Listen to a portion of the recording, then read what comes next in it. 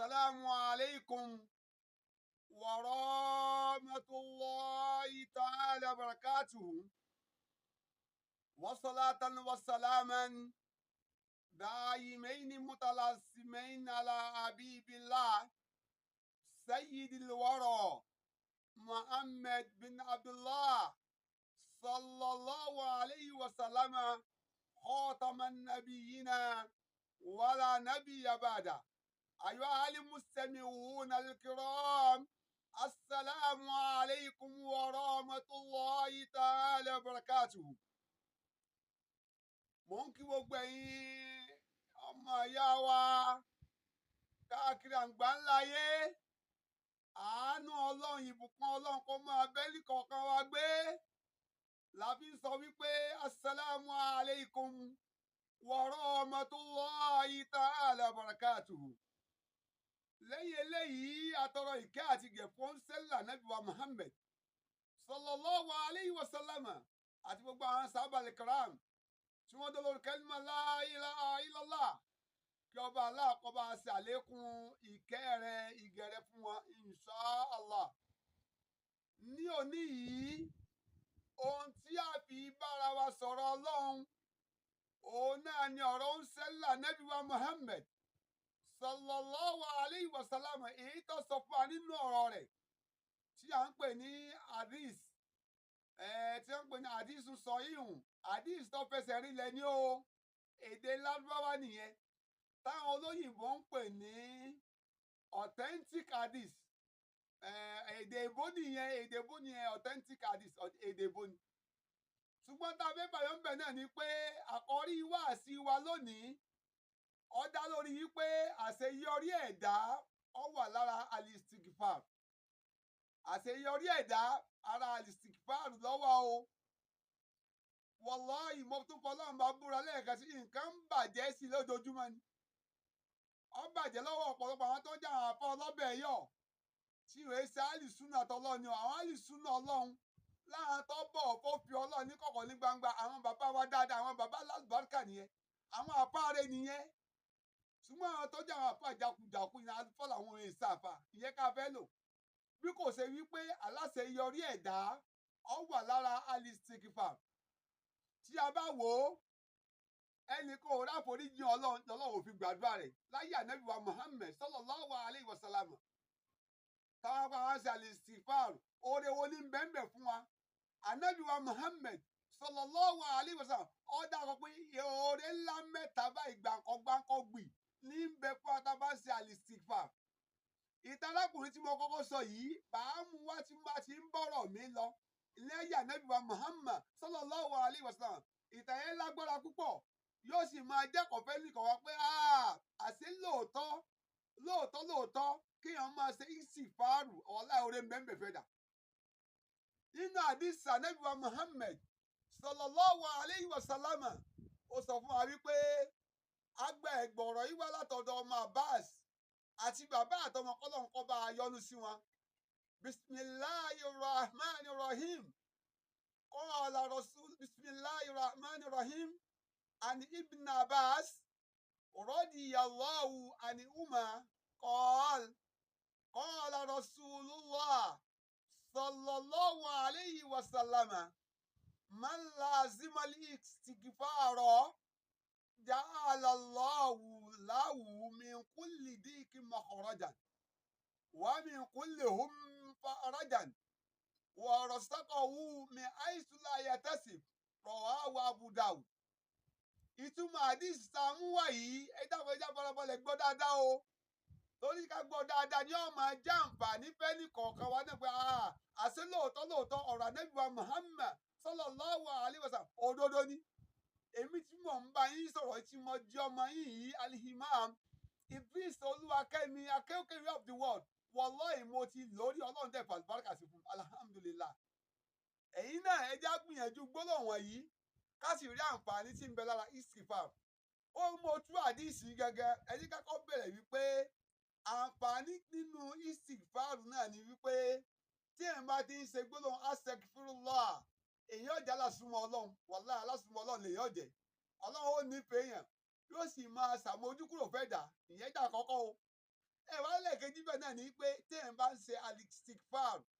èèyàn ọmọ wà nù fọkànbalẹ̀ Ọlọ́run ayẹyẹ oníjà ọkàn rẹ̀ balẹ̀ inú rẹ̀ dùn ayọ̀ ló ṣe kí ni o ayọ̀ ló kò sí. ẹ wá wò tán tí ó ń ṣẹlẹ̀ Ànábì wa Muhammad sallallahu alayhi wa sallam nígbà náà ẹnìkan ń bẹ gbogbo ògbésí ayé aráàmù ní jẹ ọwọ́ abẹ́lọ́ pé ya Rabbi olúwa mi ìwọ lọba tí yẹn lè dojúkọ ìwọ lọba tó lè bíyà bùkátà ẹ̀dá ìwọ lọba tó lè fìyàn lọ́kàn balẹ̀ ìwọ dẹ́pọ̀ lè dùn yẹn nú ohun téèyàn fẹ́ ìwọ ló ṣe fún yàn ìwọ lọba alátìlẹyìn ìwọ lọba alágbèéga ìwọ lọba aláàánú ìwọ lọba oníkẹ́ ìwọ lọba aláàbò ọ̀sán ń pariwo ya Rabbi ó pè ń jọ́ kínní ó pè ń jọ́ kejì ó pè ń jọ́ kẹta Ànábì wa Muhammad sallallahu alayhi wa sallam ọwọ́ arákùnrin ó ní ya rọ́jù àdúrà tó ń ṣe yìí ò lè gbà ọ́ inú ọkùnrin bá pé ya Rasulullah ya Rasulullah kí ló pàtàkì àdúrà àwọn òfin nígbè ó ní wàmọ́t amúka haram ohun tó ń jẹ sẹ́nu ara rẹ ó ní nǹkan ìwọ ni wàmọ́lìbásùkà haram ohun tó ń aṣọ tó ń wọ̀ sọ́run nǹkan ìwọ náà ló ń wọ̀ sọ́run wàkúsí abilà haram ó ní bọ́ọ̀lù ti fẹ́ gbàdúrà rẹ ohun tí mo fẹ́ bàyẹ̀ nù ọ̀rọ̀ yìí náà ni wípé ọ̀pọ̀lọpọ̀ wa ẹja fura síra wa o yìí tá à ń jẹ ọ̀nà wo là ń gbà jẹ abíyá wa ń rò o ohun tá à ń mọ ọ̀nà wo là ń gbà mú mi abíyá wa ń rò ó tà náà láwọn ọmọ lórí jẹ̀mọ́ Allahu Akbar ẹlòmíì pẹ̀ nìkan lẹ́kún ó sì fowó ẹkún ó sì fi ra jẹ ẹ̀rín káwọn ọmọ rẹ̀ mọ́ lọ skul ńláńlá wọ́n máa rán wọn lọ ló bàjẹ́ mọ́ ẹkún ọjọ́ alẹ́ yìí ṣùgbọ́n tá a fẹ́ bàyẹ̀ bẹ̀ ni pé àdìsí sádẹ́bì sọ fún wa yìí sallallahu alaihi wasallam tọba láwọn oríṣiríṣi ìpèníjà Allahu Akbar ọlọ́run ṣe kíni o ọlọ́run ọlọ́ọ̀kùn ní àwọn ìpèníjà náà. àwa bẹ̀rẹ̀ pẹ̀lú orúkọ ọlọ́run ọba àjọkẹ́ ayé ọba àsàkẹ́ ọ̀run ọlọ́dà wa bẹ̀rẹ̀ ó ní wà in ani ibn Abbas wọ́n gbẹ̀gbọ̀n rẹ̀ wá látọ̀dọ̀ Abbas kí ọba alákọ̀ọ́ba àforíjìn àtòun àti bàbá rẹ̀ kọ́ọ̀lá sọ wípé kọ́ọ̀lá Rasulullahi sallallahu alayhi wa sallam ó lòdì sí ọlọ́run ẹni tí kí àti gẹ̀ ń bẹ fún sọ́bà wípé màláàsì malik Istigfaaru ẹnikẹ́ni tó bá gbìyànjú tó ń dún ní mọ́ tó ń ṣe gbólóhùn àforíjì níwájú ọba Allah ó lè jẹ́ imam ó lè jẹ́ ma'mum ó lè jẹ́ ọba ó lè jẹ́ gómìnà ó lè jẹ́ president kò sẹ́ni tí ò lè jẹ́ o màláàsì malik Istigfaaru báná bí ṣe pé nìyẹn o ẹnikẹ́ni ló pé ẹ dàgbà èyí tẹ̀ ń gbọ́ mi náà èyí náà ẹ jókòó aztec fúlà kẹ́mọ́ kì í ṣe gbólóhùn tó lágbára ó kéré lẹ́nu wàjẹ́mọ́ ó wú wájú ọlọ́run ó ní ja'ala Allahu lahu min kulli diqin makhrajan bó ṣe pé nìyẹn o ọlọ́run ṣe kéde o inú òfófin tẹ́ni ẹ bá wà pé ara ni wọ́n o ìnira lélẹ́yìí o wàhálà ti dé o makhrajan ọlọ́run ṣe kéde o ọlọ́run máa lẹni yẹ kó nínú ìfúnpinpin tó wà wa min kulli ummin farajan tó bá wà nù challenges kan tó ní ìpèníjà kan bóyá lórí ọkọ ni o bóyá lórí aya ni o àbí lórí àwọn ọmọ ni o àbí lórí iṣẹ́ ni o àbí lórí nǹkan kan míì náà tí bá ń là kọjá tí ò sẹ́mi ẹ̀ lọ́rùn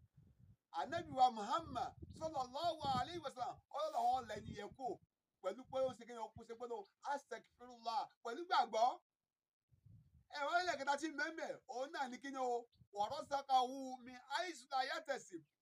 ẹnikẹ́ni tó bá ti ṣe gbọ́dọ̀ astaghfirullah yìí ọlọ́run ṣe kí ni o ọlọ́run á máa pèsè ìjẹ́ẹ̀mú rọrùn yóò máa pèsè ẹ̀fún tó jẹ́ sí halal ẹ̀ táwọn kan bá ń ṣe lálá ìwọ́n mọ̀ bànújẹ́ ìwọ́n mọ̀ sí gbọ́dọ̀ astaghfirullah táwọn kan bá ń ṣe nǹkan ìdùnnú ìwọ́n náà dùnnú sí wọn ìwọ́n mọ̀ sí gbọ́dọ̀ astaghfirullah táwọn kan bá ń ṣe nǹkan ayọ̀ ìwọ́n náà bá ń yọ̀ ìwọ́n mọ̀ sí gbọ́dọ̀ astaghfirullah pẹ̀lú ògo tó lọ ibi tó ò ti lérò ọlọ́run ṣe kí ni o ọlọ́run máa pèsè ẹ̀fún ẹ̀yin ọmọ ìyá mi tẹ́ ń wò mí káàkiri àgbáńláyé ẹjẹ́ àánú òdún ní mọ́gbọ́nà yìí Istigfaaru yìí o ẹjẹ́ á máa ṣe dáadáa ẹjẹ́ á máa ṣe tàbá tí ń ṣe jẹ̀mọ́ àwa náà ó ṣàṣeyọrí nínú ayé ẹnì kọ̀ọ̀kan wa àní àṣeyọrí ẹ̀dá lára Istigfaaru ló wà ẹ̀yin ọmọ ìyá mi bẹ̀ ṣe wò mí ohun tó dá ń bẹ̀ náà ni pé ẹjẹ́ á pín káàkiri ayé àwọn Facebook wa ẹjẹ́ á pín síbẹ̀ ẹjẹ́ á sọ síbẹ̀ kó lè bá a máa jẹ́ àǹfààní fáwọn ọmọ tó kù ó máa jẹ́ àǹfààní fáwọn ọmọ ìyá wa tó kù lórí àwọn Twitter àti lórí àwọn Instagram ni o Twitter ni o ẹja ṣẹ̀jẹ̀ síbẹ̀ pẹ̀lú ògo tó ọlọ́wọ́ sọ wálé sọ rẹ̀ Imam Oluwakemi TV ẹ subscribe sórí péjì yìí kẹrin máa tún ṣe rẹ̀ pẹ̀lú ògo tó ọlọ́lọ́ba aláforíjì tí mo forí jẹ̀dá gbogbo ẹ̀ṣẹ̀ tá a ṣẹ̀ ní kọ̀kọ̀ ní gbangba kó kọ́ba Allah kó forí ẹ̀ṣẹ̀ rẹ̀ jì wá jọ̀mọ́ tó bá ti wá forí ẹ̀ṣẹ̀ wa jì wá tán ẹ má jà padà sídìí ẹ̀ṣẹ̀ mọ́ o ẹ má jà padà sídìí ẹ̀ṣẹ̀ mọ́ o pẹ̀lú ògo tọlọ́run ọba Allah subhanahu wa ta'ala innahu gafurur rahim ọba aláforíjì ọba aláǹlọ́lọ́run ọlọ́mọṣẹ́ àfisàforíjì bẹ̀ ní kọ̀ọ̀kan wa inshallah assalamu alaikum wa rahmatullahi ta'ala wa barakatuh.